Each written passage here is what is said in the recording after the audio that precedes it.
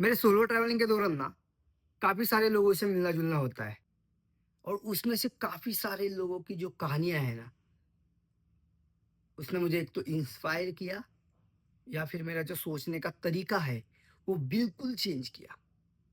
और किसी ने बिल्कुल सही कहा है कि लाइफ बहुत छोटी है, ज़िंदगी बहुत छोटी है, ठीक है? आप खुद गलतियाँ करने के बजाय लोगों की गलतियों से सीखो। तो आज के संडे टॉक्स में ना मैं आप लोगों के साथ एक ऐसी स्टोरी शेयर करूँगा जो मुझे जिसने बताई है उसके बारे में ना नहीं बात करेंगे। जहाँ पे बताया था कौन से ट्रिप में वो मुझे बताई थी उसके बारे में भी नहीं बात करेंगे। हम डायरेक्ट स्टोरी पे आते हैं और वो जब स्टोरी खत्म होगी तब आप बता देना मुझे कि आप उस स्टोरी से क्या सीखे और ये स्टोरी सुनने के बाद आप लोगों ने या आपके लाइफ में क्या चेंज आया, आपका जो सोचने का तरीका है, वो कैसा चेंज हुआ, ठीक है? मुझे एक बंदा मिला, जिसकी एज अराउंड 23 से 28 के बीच में होगी और उसने एक धंधा शुरू किया था, ठीक है? मतलब उससे पहले उसने काफ़ी सारे फेलियर देखे, बट एक सर्टेन टाइम के बाद या बोल सकते हैं हम सर्टेन ईयर के बाद, वो जो उसका धंधा था, वो उसे मंथली अराउंड 1 लाख से 1,50,000 के बीच में प्रॉफ़िट देता था और एक सर्टेन टाइम के बाद वो धंधा बंद हुआ। तो उसके दौरान जो उसने गलतियाँ करी ना, वो मैं आप लोगों के साथ शेयर करूँगा। पहली गलती, जब उसका प्रॉफ़िट बढ़ गया ना, तो उसने जो डेली लाइफ़ के खर्चे थे ना, वो बहुत बढ़ाए थे, ठीक है? जो मतलब जो वांट था, होता है ना 2 चीज़ें होती हैं, एक होती है नीड और दूसरा होता है वांट। तो वांट उसने बहुत बढ़ाया था, बहुत सारे खर्चे बढ़ाए थे और उसने एक बहुत बड़ी गलती करी, ठीक है?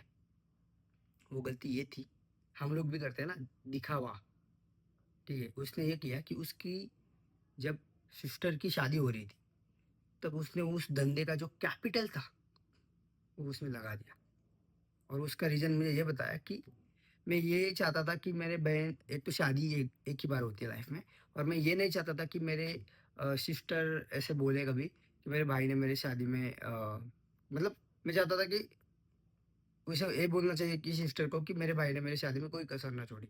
इसलिए उसने वो पैसा पूरा उसमें डाल दिया और वो ये समय था जब हर धंधे में होता है ना हर ही मतलब साल के एक सर्टेन टाइम में वो धंधा थोड़ा स्लो चलता है या एक सर्टेन टाइम तक बंद होता है।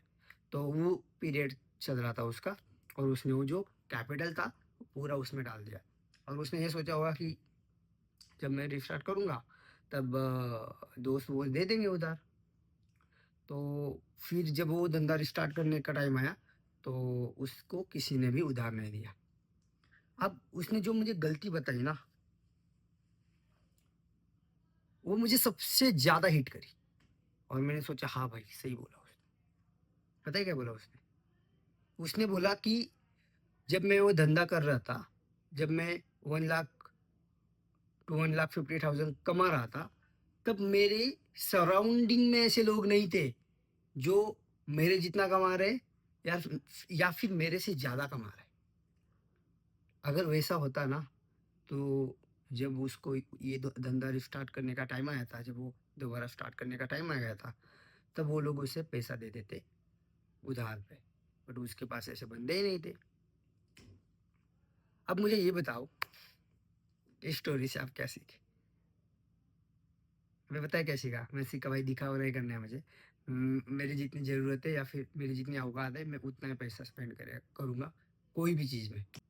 बताओ कमेंट करके इस स्टोरी से आप क्या सीखे? और ये भी बताओ कि नेक्स्ट संडे, संडे टॉक्स का टॉपिक क्या होगा? ओके गाइस, इस संडे इतना ही। हम मिलते हैं नेक्स्ट संडे किसी और टॉपिक के साथ या फिर किसी स्टोरी के साथ। तब तक के लिए बाय बाय।